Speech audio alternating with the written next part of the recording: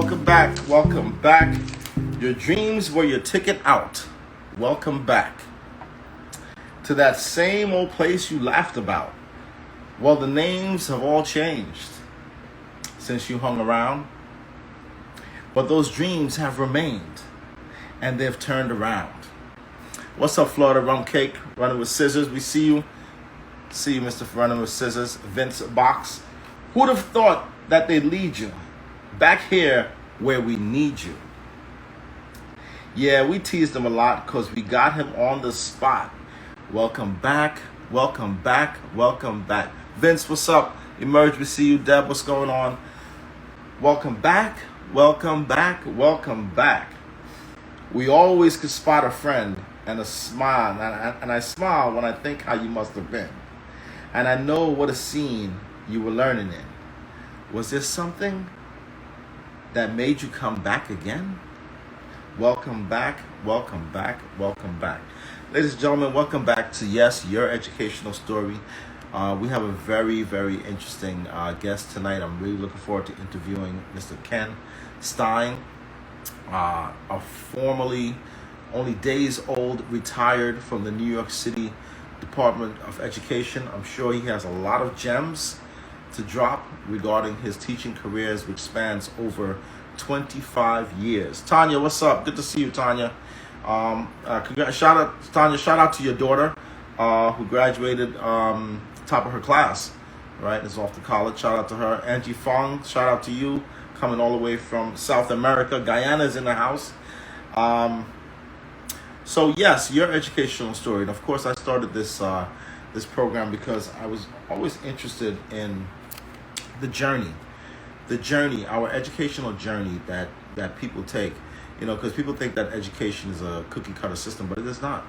You know, everyone takes a different path. And as I always say, sometimes education is not in the classroom, but it is when you step outside your door, especially if you've grown up in an urban city. Kirk, John, Mr. Worky, we see you out there. Big up to you, my youth. All right, all the way from Pennsylvania. So, yeah, you know, I wanted to, I was quite intrigued about the educational journey of individuals. And tonight, we have a very special guest. And you'll hear his story. I don't want to reveal too much. But I want to talk about a little bit about, you ever come up with $1 million idea and you know it's $1 million idea, and then you're like, this is gonna work, this is it, and you go and tell everyone, and then the more people you tell, the more the idea of it being $1 million idea diminishes? You come across that? Well, when you come up with these $1 million ideas, try to write it down and see it through. Most people, you know, when you come up with these ideas, that could be the one that puts you over the top. But most people stop right before, you know, they see the full potential of that idea. So write it down and see it through. Also, people are always trying to fit in. With whatever it is. No disrespect to fraternities, with friends, certain clubs. You're always trying to fit in. But you ever notice that the people that we idolize the most, they stand out. They don't fit in. Okay? Just food for thought, ladies and gentlemen. Tonight's sponsors, ladies and gentlemen, is Miss Fanny Sweet Shop. Tonight's sponsor, Miss Fanny Sweet Shop. If you are interested in having one of the most delicious cakes on the planet, go to MissFannySweetShop.com and enter code YES, yes, and you get $5 off your first order. $5 off your first order. Once again, that's Miss Fanny Sweet Shop. What's up, Jay, baby? Ice, we see you. Jocelyn, thanks for coming out. Vince, I see you. Play with my $1 million. Hey, man, go for it. Shout out to Dr. Tedder, his book, The Art of Human Care for COVID-19. drtedder.com. If you haven't picked up that book, it's really, really inspirational. The Art of Human Care, COVID-19. Those are our two sponsors for now. And at this time, ladies and gentlemen, I would like to invite a very special guest. Like I said, someone who's fresh off of retirement as a teacher from the Department of Education. So if you give me 1 second, we will invite Mr. Ken Stein.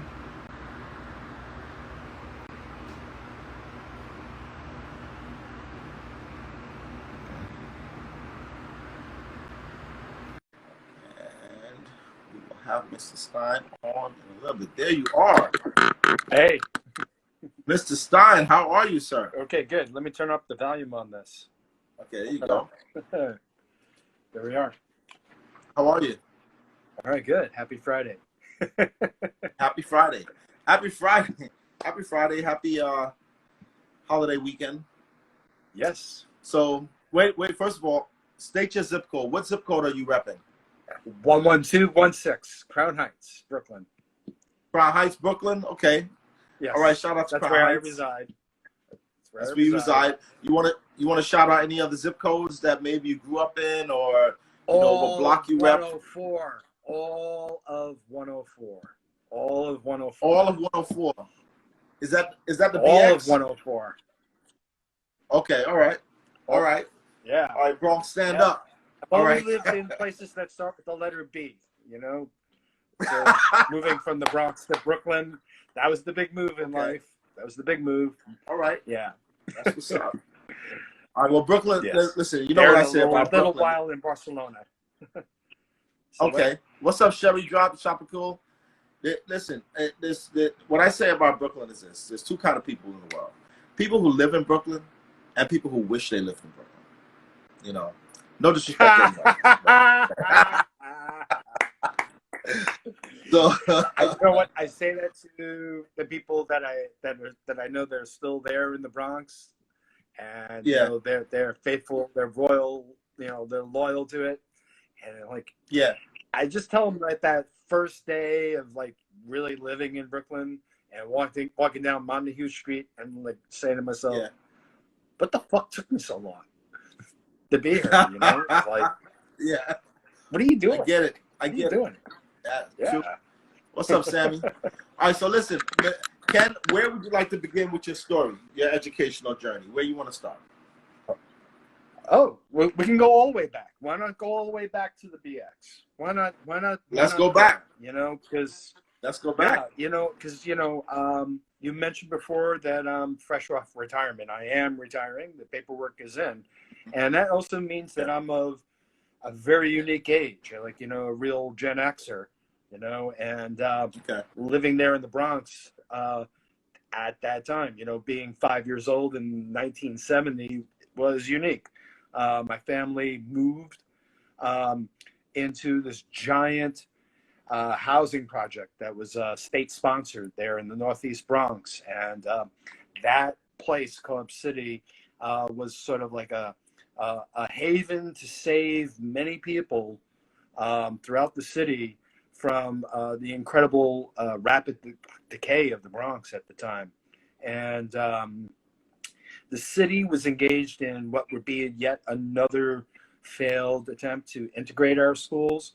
And that attempt was to simply build new school buildings on the borders of communities, of neighborhoods. So if you put the new school building at the border of two neighborhoods, like maybe one's where black and brown people live, and the other one is, maybe more white, you'd force the children from those two neighborhoods to go to the same place. Well, eventually this fails because white folk continue to leave the city.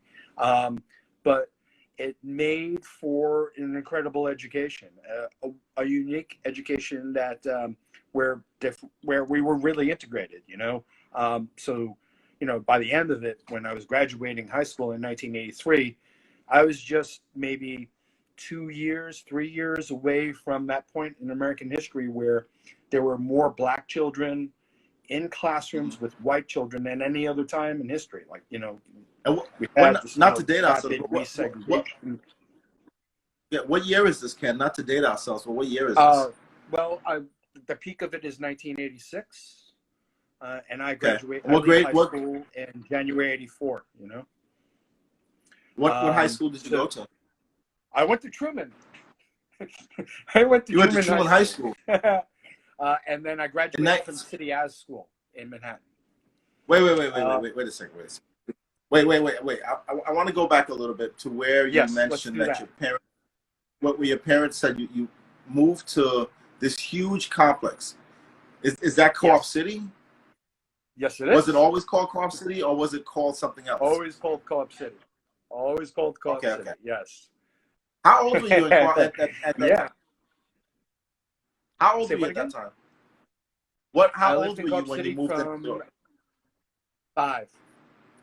5, and I All right. left when I was like 19. Yeah. So you lived in Co-op City from what years to what years? From 1970 to 86. Yeah. Okay. 70 to 86. Yeah. And because the So yeah, Bronx I is saw a very lot of different, right? change. Oh, Yeah. very much, very much. Yeah, yeah. The, Bro- the, You the Bronx know, is very different. Then was it more integrated? our little neck of the woods seemed that way. um, Okay. but it was, I was the kind of white kid who knew better not to move through other white neighborhoods. Um, you Okay. know, um, but felt safe being in other neighborhoods that were not white. I just dressed Yeah. a certain way. My friends were looked a certain way. I dressed a certain way that would definitely and would mark me in a particular way. I knew better not to walk through Throg's Neck or Van Ness or some of those other neighborhoods. Okay. It, things were much more provincial than they are Okay. today. So Definitely. true. For people who don't know, shout out to Co-op City. See, shout out to Walter. Walter's on from Co-op City. Shout out to you. It's Co-op City is interesting. It's actually interesting where Truman is, because I feel like Truman is in Co-op City, Yes. right? Yeah. Okay. Mm-hmm. It very So much is like that made right it. there, right on at the highway. So those students from across the highway, the valley, um, students from Eatonwald Projects, Alley. Boston Secor, Baychester Gardens, and other, and there were kids who I knew who got on the 5 train at Yeah. 174th in the mornings and came up to Truman too. Yeah, I definitely Right. knew a number of students who did that each day. Yeah. So yeah, that made for an interesting experience, and there was a lot of just a lot of things going on leading up to being at Truman High School too. This like those new schools that they built had the capacity for um, different learning environments within the school buildings, Okay. and very and those principals, from what I understand, were allowed to bring teachers from their previous schools with them Mhm. to these new assignments Yeah. they had. And there was a core group at IS 181 Okay. that had incredible influence on students like myself. Um, people like Steve Cohen and Jack Rothman and many Okay. others who left indelible imprints on us. Without Steve Cohen, I don't think I definitely would not have been or I would not be the photographer I am today, or Well, would not have what had Ken? a. What was it like being a student back then at a Truman High School? So share with us some of your It was stories interesting. at Yeah. Truman, Um, because this is interesting, right? Because here you are, you're a white student in Co-op City, yeah. In Co-op City, right, at Truman High School, at the time where things are shifting, right? What was that like? Yes. Were you the only white student in the Um, class, or were there? Often, very often, very often. I'd say Okay, more often I was. There was an attempt at Truman to keep white students from going to Bronx Science or elsewhere. They had okay, and they called it straight up magnet program. So that sucked the white kids out from classrooms and put them into classrooms for themselves. And I excelled at a couple of subject area classes, and I had the opportunity to be in those classes on occasion. And other times, you know, like math or English class, not much so. It was interesting. I was just thinking about a time I nearly got the shit kicked out of me in ninth grade, but that's an aside. Tell us, Is, please. What happened? Oh my God. What happened? Yeah. I knew this is ninth grade in Truman. This kid. Ninth grade in Truman. Yeah. This is this would be September 1979. Gym class. Gym class is with 2 gym teachers. You know, you can have like, I don't know, it felt like 100 boys in a fucking gym class, right? You know, we're all wearing that stupid green, you know, you stood up for gym, right? That's amazing. That green thing. Yeah. And so you have to go to a locker room after you're done with gym. We were out in the field where, you know, the football team plays there. And it's football season, right? September.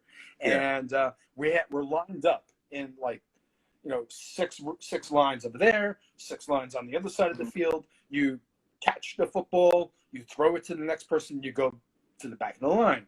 And so in this huge gym class, there's all of like 2 white boys in this room, in this class, okay? Me and Rob Purton. And Rob Purton was ahead of his time. This little Jewish kid, he was best friends with the Ramones.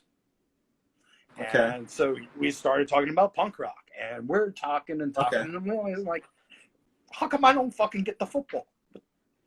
Right? So I run to the front of the fucking line.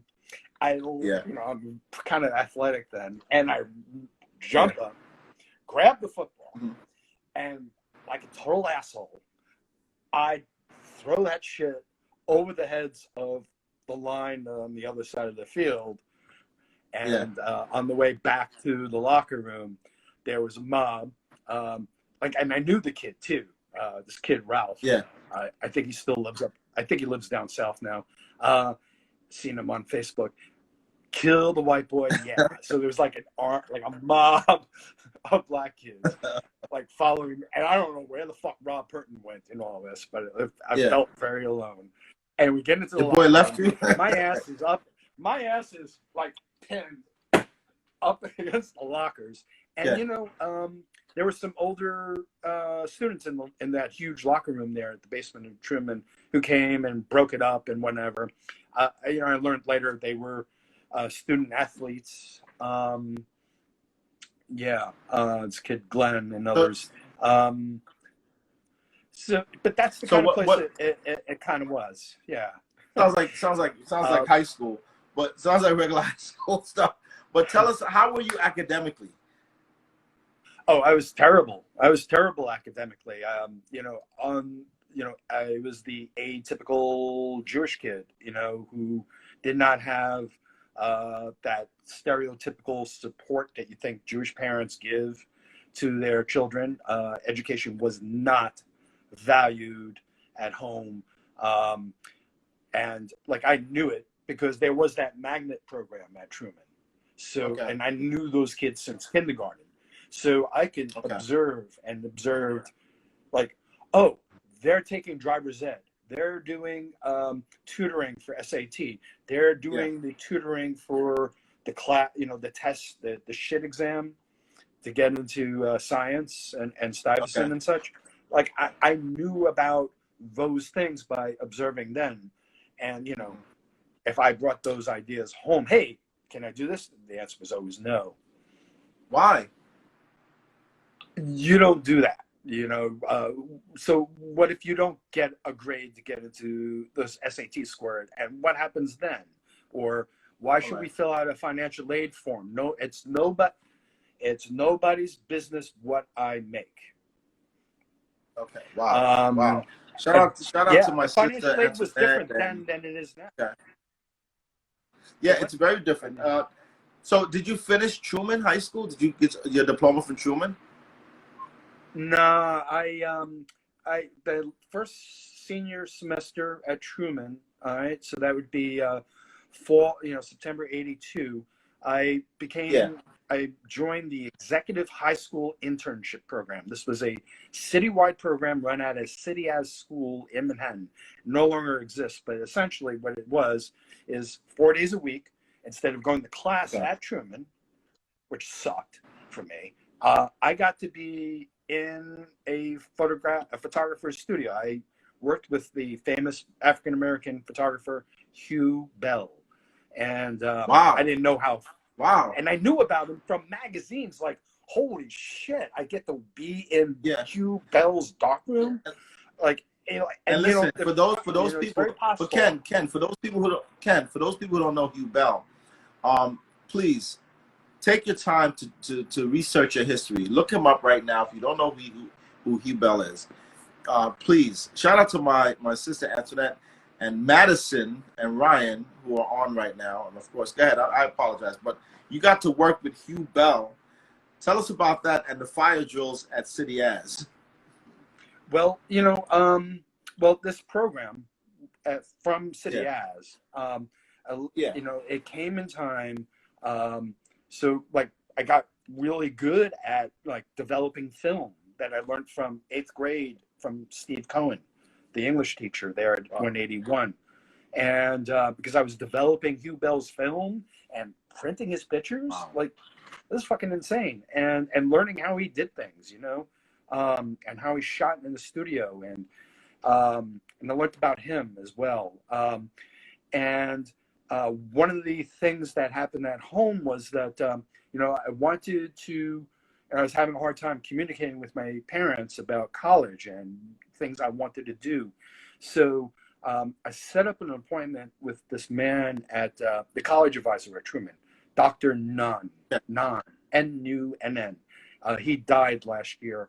But at any rate, he stayed with, like, we had a 6 o'clock appointment with my father. This guy stayed to 6 o'clock at night to have a meeting with my dad and me and himself, right? To explain like this is easy stuff. Just fill out this fucking form and your kid's off to college, you know?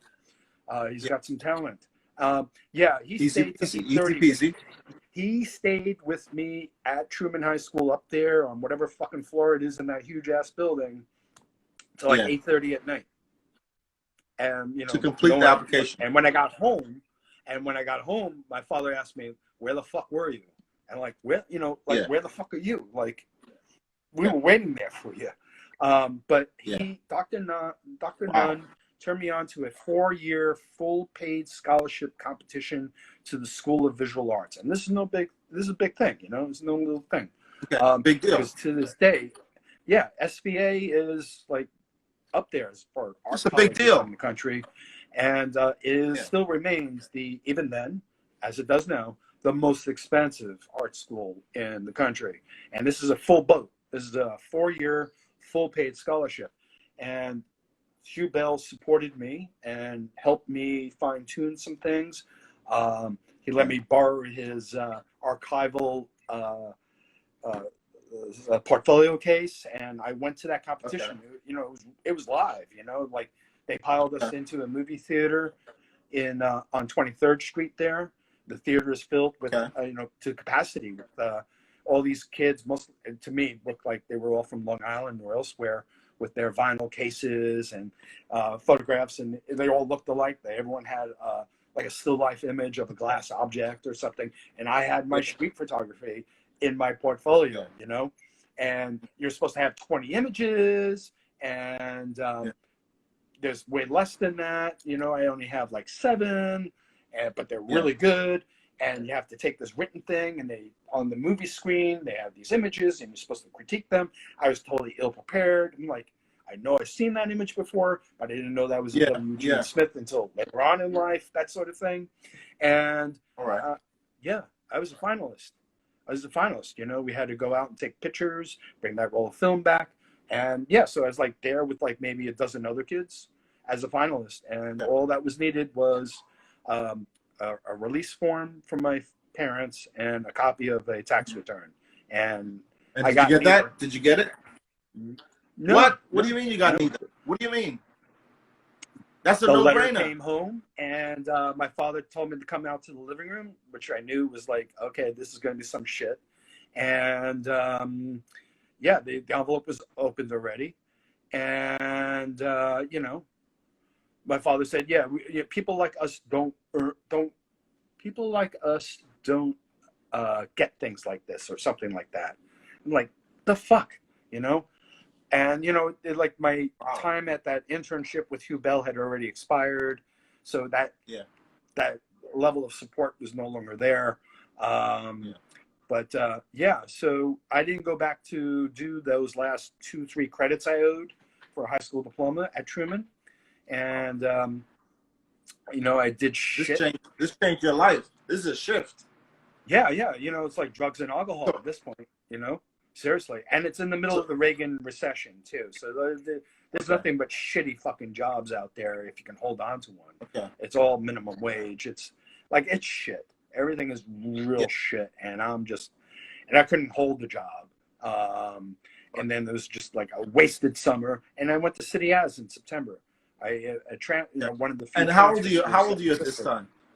I'm 18. How old are you at this time? Yeah, 18. 18, yeah. And I only need 2-3 credits. And you know what? When I got the City As, they looked at my transcript and they looked at this thing that said service credit, and they're like, "Oh, we'll make that count towards your diploma." It didn't count towards my diploma at Truman, but City As did. And so, you know, I did a little internship.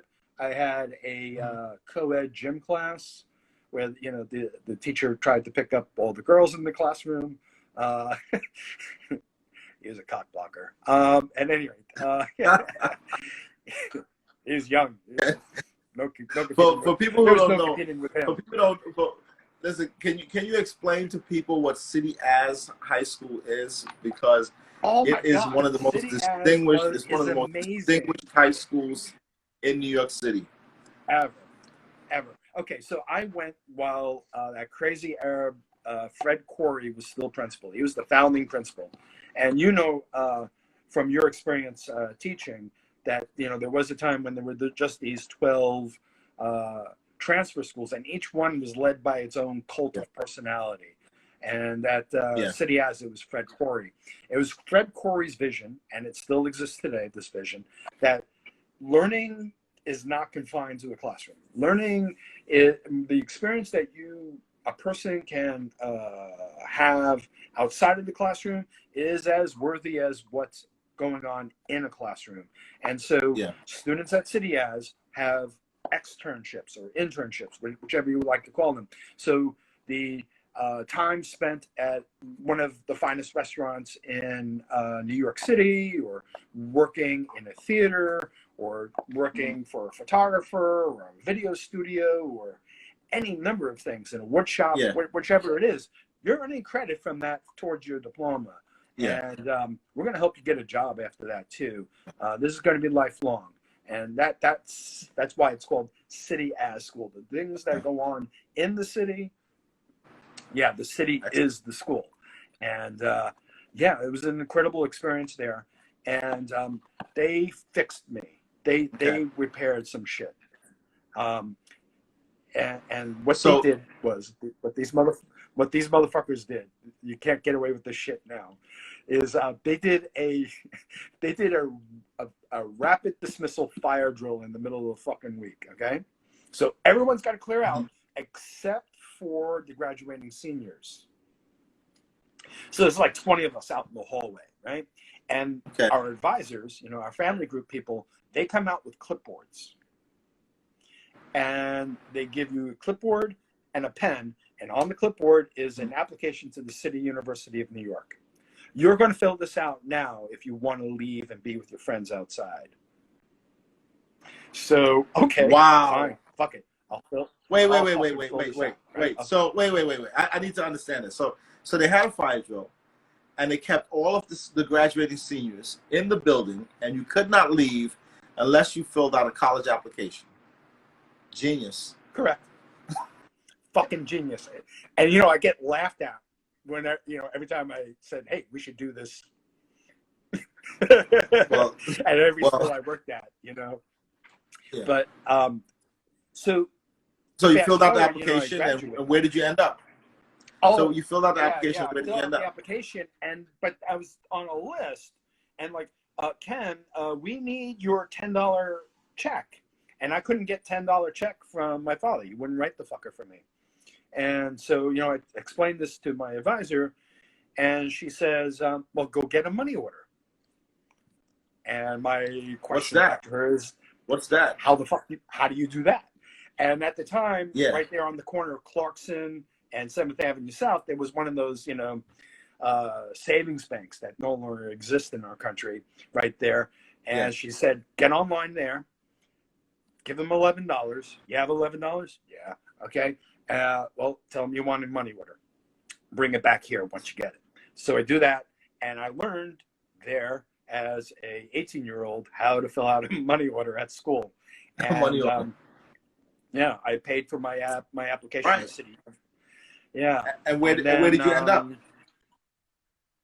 I ended up at Bronx Community College because that was the place that had a program that sounded like photography but wasn't. It was towards engineering. I had to take crazy calculus classes. It was not that was not a fit for me, but what was going on while I was there was significant, because we're talking about February 1984 now. And in February 1984, when I get on the I think the numbers had changed. It was either the 15 or the 17 bus I would take to Pole Park there over by Fordham Road and the Grand Concourse. I think maybe that's the 26 and 28 bus these days. Well, I would take that bus going in that direction, transfer for, I think, a 32 bus down Jerome Avenue. Yeah. Right. The bus on going down Gun Hill, I would transfer for the 32 bus at Mishula Parkway. And I'd get on that bus. It'd take me down, this is before MetroCards. And so you get there, 183rd Street. The hill there is less of an incline than going up Burnside. And that's where I was first offered 1 and 2. Like, okay, so that's going. I'm a weed smoker. I know that drugs get sold out in the street. I have no idea what's going on. Is that a beat? 1 to the 2, 1 to the 2. What is that? No. I don't know. I just know. Hey, 1 and 2. 1 and 2. 1 to the 2. Okay. 1 and 2. I don't know what that is. Maybe a month or so later, maybe it's March already. Now it's Roadrunner and 2. Roadrunner and 2. And that's every morning. Same dude there. Maybe he was on Davidson and 183rd. I don't quite remember. What is that? But every morning, walking up. I don't know. And then finally I hear crack and 2. And it's April. I hear the word crack being said aloud, and I'm being offered. So like, wow, okay. And and that area of the Bronx is like, it's done. You put the fork's been in it for a while. At that time, right? Yeah. At that time, yeah. It's it hasn't had its resurgence yet. And so that was the crack epidemic, right? The start of the crack epidemic. That was crack. Absolutely. That was crack era. The folks there at Bronx Community, they're like, oh yeah, we'll get little Kenny Stein a job and we'll hook him up. So I worked in this little electronic supply store down there, down the hill, on the other side of the river in Inwood, where they sold tubes for televisions. And then so I was kept occupied all the time. I was always occupied. Always had like 8:30 in the morning class, leave at 3:30, go to work, go home, sleep, do your thing, wake up in the morning again. And I did theater there at Bronx Community and other activities. But vacation came, and anybody who knows the history of Truman High School, that it's a athletic powerhouse. Like everyone's on a fucking team. Even I was on the track team, like throwing shot put and discus. I was pretty good, but like everybody is doing something. And there I am hanging out with friends at night. There behind Building 6 in Co-op City, and I see all these people that I knew that were like football players, wrestlers, swimmers, girls that were on different softball teams and stuff, and everyone Yeah. looks skinny. And I turn to my friend and I'm like, why is everyone so skinny? And it's like, Ken, don't you know? What? They're all smoking crack. Wow. Wow. So, like, yeah, wow is, oh shit. Being at Bronx Community separated me from those people who are now all, smoking crack, and I'm saved from that. Like I'm already on a different, trajectory than, the people I went to school with. Many of whom I knew since kindergarten. Yeah. Yeah. Let me ask you this, Ken. So I don't want to fast forward too much, but what led you? But I do want to get to this because it's important. What led you to teaching? And could you talk a little bit about that? I had this shitty fucking job at UPS. I had this job at UPS. First of all, what college did you graduate? Sorry, Ken. I realize that there's a delay. What college did you graduate from? Lehman College in the Bronx. All right, shout out to Lehman College. I transferred to Lehman, changed majors, learned that just taking the classes I failed at Bronx Community were at such a high level. I was told, you don't need to take math here. You've already learned what you learned. We're going to teach you in the math classes we have. It meant I had to make up other credits. But at any rate, I was there at Lehman. I was a history major. I changed majors. And, there I am on the 9 bus heading to my job at Brush Avenue in the Bronx for UPS, where I was a supervisor. I hated it. I hated working there. It was the only place in my life. Why does everyone say that when they leave UPS? Everyone says that when they leave UPS. I hate it. I hate it. It's terrible. It's hard. It's hard. And it's the only place I've ever experienced raw anti-Semitism. That place was fucked up. Fucked up. Like people say shit like right in your fucking face. Like, what the fuck? Shout out to UPS. At any rate, it paid great. So, don't get me wrong. So the pay is amazing. Like I worked 20 hours a week, and I was making 20 grand in 1989. Like, what the fuck? That's crazy. That's crazy. Eventually I had a car. Like, wow. And paid for my own apartment. Like, wow. And like. Fast forward to teaching. And anyway, what led you to I was teaching? on the bus, dreading going to this shitty job, right? Yeah. And like, what can I be doing that's going to like lift my soul up? Like, I have this photography thing that, oh my God, it pains me every day. I gave it up. Like, and I have an interest in history. I like doing different things. And it dawned on me, become a teacher. Be like Steve Cohen back at 181. Be like that great English teacher. Be like him who brought his life to the classroom. He shared, if there was an interest, if there were kids who wanted to learn how to play guitar, he was teaching kids how to play guitar in the afternoons. Like, oh, you like photography? Let me show you how to develop film in a darkroom. Like he was this type of person. And, you talk to people who've been through his classroom, like he was there for a very long time, Steve Cohen, and you'll find people who are professional musicians, artists, and writers, all sorts of people, and they'll all tell you that, Steve Cohen picked me out and like helped me along. What was your first? I want to get to your first day at the alternative high school. And I want you to say the name in Brooklyn. Okay. Well, first I was at another alternative school in the Bronx, not far from where I live, called Wings Academy. I worked at Wings Academy. Wings. Wings. Yeah, it's over there on 180th Street by. I know it. Yes. Yeah. So I worked there when I first moved into that building. There was a principal there who made the lives of 8 teachers a living hell, and I was desperate for work. I was a substitute, and I didn't care that this little school with all of 150 kids in it was calling me 3-4 times a week to work there. Yeah. Fuck it, it's work, you know? Yeah. I didn't care. But I learned the names of all the students very quickly.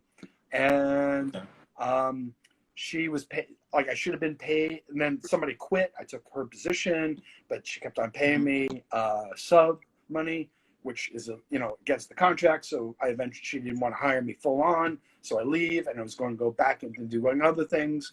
And during that time I was there was a substitute principal who was friends with another principal down in Brooklyn that you and I know. And at a weird moment, like when I wasn't doing sub work anymore in late January, I get a call. Is this Ken Stein? I have your resume here.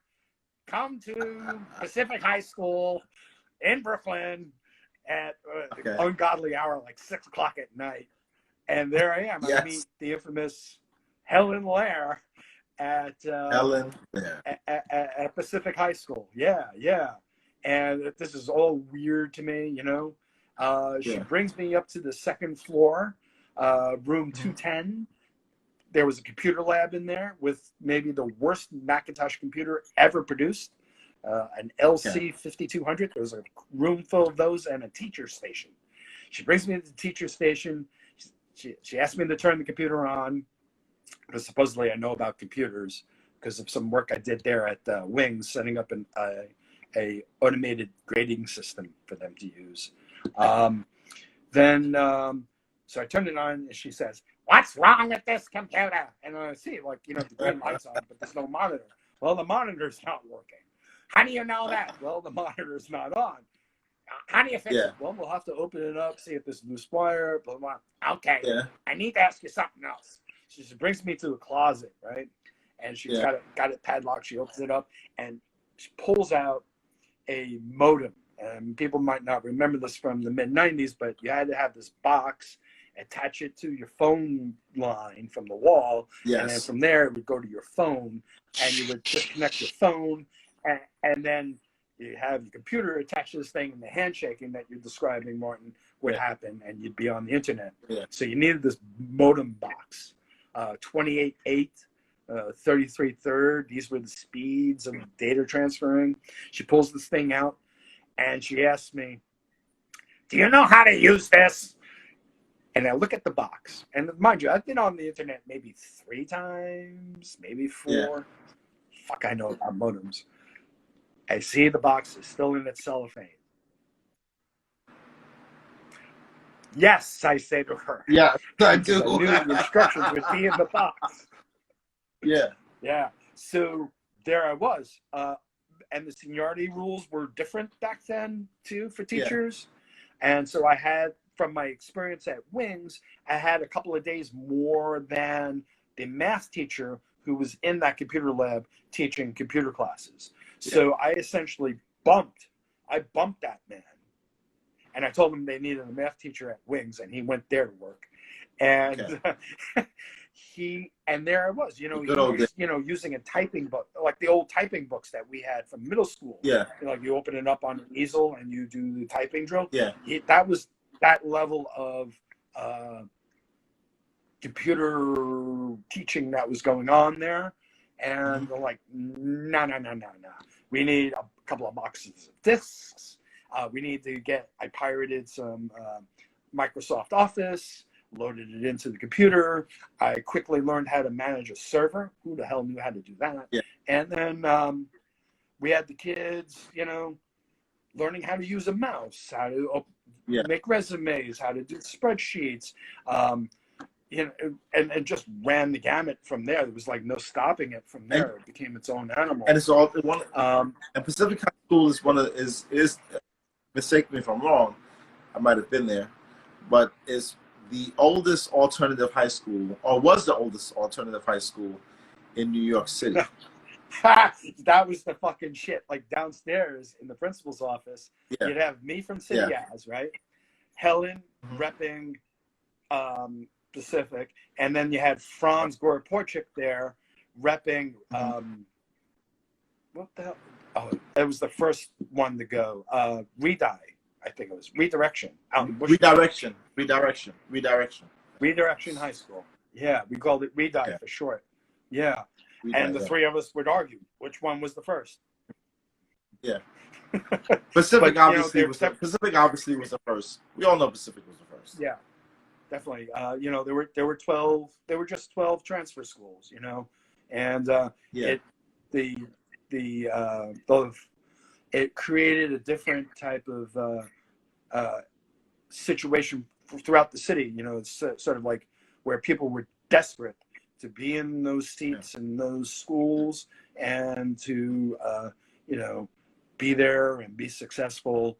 And it was easier for the schools to pick who they would want in the schools, and be protective of students. It also meant that, for every kid that wasn't coming in, they could, rules were different. Kids could be discharged, and there'd be like 12 other kids waiting to take that seat. I do want to say, Ken, I just want to say that, first of all, thank you for your service for 25 years in the New York City Department of Education. And that you and I we share many things in common. But one of the most genuine things that we share is that you and I specifically, have dedicated our life and our passion to working with students in a specific age group, 17 to 21, 22, 23, 24, right? Our entire career. Like, we've never deviated. We started and we started on the same day. We actually started on the same day. We started the very same day at Pacific High School. The very first day, and listen, we've been brothers ever since, and our friendship, our brotherhood have stood the test of times through, I don't know how many things, right?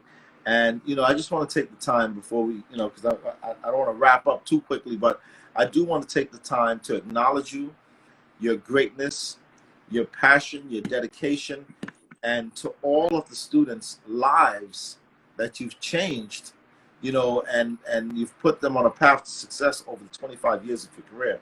I mean, salute to you, high praise, unbelievable work over the past 25 years. It seemed like it went by so fast, right? And working with you, it definitely. Working with you has been one of the joys of my life. Because I can always guarantee I can always guarantee coming to work, once I saw you, I was like, all right, we're gonna work it out one way or the other, so I just want to shout you out, man. You're a great friend. Thank you. A great educator. You taught me some shit. I was like, man, I'll never forget. But I do want to, before we wrap up, I just want you to list all the different transfer schools after Pacific that you worked for. There's Pacific, then where? And then I went to Satellite Midtown when we went into zones, and I was at Satellite Midtown for 6 years. Okay. And shout out to Rucker. When Gabe Bonetta. And then when that changed, and then from there I went to well, it wasn't a transfer school. I went to what they thought was an alternative school. It's been closed, fortunately, since. School for Democracy and Leadership in the Wingate building. And then I went to Brooklyn Bridge Academy out in the South Shore building with our mutual friend Max Jean Paul. Max, shout out to Max. He has a new book out. He does. He's got a book out called Mountains. Okay. Tell him shout out to Max. Yeah. With the book. We were there day one with Max. And then check this shit out. This is a whole like Bloomberg thing. This whole like I learn shit. Yeah. So Max sends me to the I camp up in the Catskills. So there I am with all these like, I don't know where these children came from to get jobs at Tammany Hall, running this program that's supposed to like infiltrate all our classrooms with computers to do things that supposedly teachers are failing to do. And there I am. I get a call. It's Max. He tells me, hey, I want to wish you the best of luck. You're going back to work with satellite. You're going to satellite Forsyth. I put in the paperwork for you to be transferred there. And this is like, holy shit, I get to work with the people I used to work with who moved from satellite Midtown to satellite Forsyth Street. And I'm like, okay, great. So, give Ingrid a call. And yeah, that's how that pretty much happened. I was like back in the warm embrace of satellite again at Forsyth Street. And so that might have been 2000, maybe 2013. Until now, I've been at Forsyth. All right, shout out to them. Those are the transfer So schools. listen, And after 20, and I should say this too. Doing computer stuff and moving things along there at Pacific meant that I had students trained on how to like fix networks and repair computers, and that meant that I got to be sent by the old alternative high school superintendency, this giant monster of a thing that existed, and I got to visit classrooms in alternative and transfer schools throughout the city with my students. Being in classrooms and training teachers during that time too. So that was something. So I got spent time at Lower East Side Prep. Hung out at West Side, Street Academy, which is not there any longer either. Not there anymore. Yeah. Well, listen. And then I was a softball coach at Pacific, so I got to go up to Bronx Regional and all the other schools. Got to see the city. Too, Got to see the city. Shout out to the alternative school system. D79, all of the transfer schools. Huh?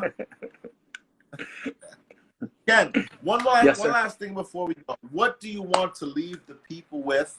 You have 25 years of teaching. What do you want to leave? What was your aha moment? And what do you want to leave the people with as we wrap up right now? What do you want to leave the people with? Any words of wisdom after 25 years? Yeah, let our students know, being there, just stepping up and being there, just being present makes all the difference. I think, letting students know this, that being there makes all the difference. And the fear they're tasting is not that. It's the freedom. It's the freedom that comes from being successful. And not to mistake that, not to mistake the fear for the recognition of something grand is about to happen. We kind of make that mistake because sometimes some of us don't experience that feeling often, and it scares us away from doing things and being there. And being there is, I don't know, like G.I. Joe, being there is half the battle. Seriously, it is pretty much it. It really is. Yeah, all hustle, no luck. What? Say that again? All hustle, no luck. You got to work. None of us are lucky. We work. None of us are lucky. And it's like we always say, you got to work for it, right? There's no shortcuts. Like I always say, the elevator to success is out of order. You're gonna have to take the stairs, people. And listen. My man Ken Stein is from the BX Co-op City, Truma High School, and he knows, Ken, the hustle's already been real. The hustle's been real. So listen, there is no luck, and you said it best. Ken, I want to thank you. Any last words? Do I get to ask a question, Martin? Absolutely. Do I get to ask a question? All right. Go ahead. Tonight's game, Mets or Yankees? Mets or Yankees? The Mets, of course. The Mets, of course. All right. Mets, of course. There we go. All right. Why would you? That's a rhetorical question. That's a rhetorical question. All right. Good. Mr. Ken Stein, thank you so much for sharing your educational story. It's been an honor. Thank you, brother. And for everyone out there, if you're interested in sharing your educational story, please DM me, because everyone has a story to tell, but what's your educational story? And tonight's quote, there is a fountain of youth. It is your mind, your talents. the creativity you bring to your life and the lives of people you love. When you learn to tap this source, you will truly have defeated age. That's from Sophia Loren. So, ladies and gentlemen, once again, tonight's last two sponsors, we have Florida Rum Cake. If you're interested in having a delicious rum cake, log on to FloridaRumCake.com, and you, too, can get $5 off your purchase, FloridaRumCake.com. Shout out to Florida Rum Cake. Alita, we see you down there. And also, if you want to experience massage therapy, please log on to NicoletteMemerson.com. If you put in yes, the code YES20, you'll get 10% off your first massage. Once again, ladies and gentlemen, Ken Stein, shout out to you, my brother, and congratulations on 25 years of service in the Department of Education. Thank you for making me New York City episode 18. 18 is a special number. Thank you. No worries, brother. Thank you. I'll see you soon. All right? I would say enjoy the summer vacation, but enjoy vacation, period. Right? All right. Yes. Thank you, guys. Thanks for tuning in. Very good. Ken, I'll talk to you soon, brother. All right. Peace out. All right. Later, man. Thank you. Later, brother. All right.